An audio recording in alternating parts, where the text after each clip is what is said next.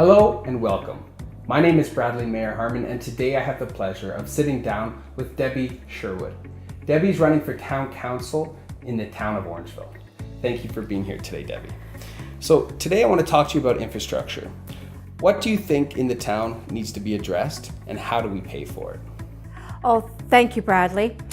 We must ensure that the regular maintenance is done on our current infrastructure to maximize the life of various types of infrastructure, such as water, roads, facilities, and equipment.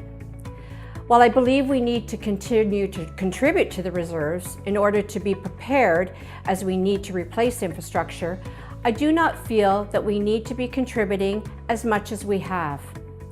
If we can find savings as a result of regular maintenance, then we could put that money in reserves. I would like to see the town enhance efforts in working with the provincial and federal governments to access funding to support infrastructure and economic development. Well, thank you very much for providing your insight today, Debbie. And if you would like to see some more resources or what else Debbie has to say, please do take a look at the links below. And thank you for watching.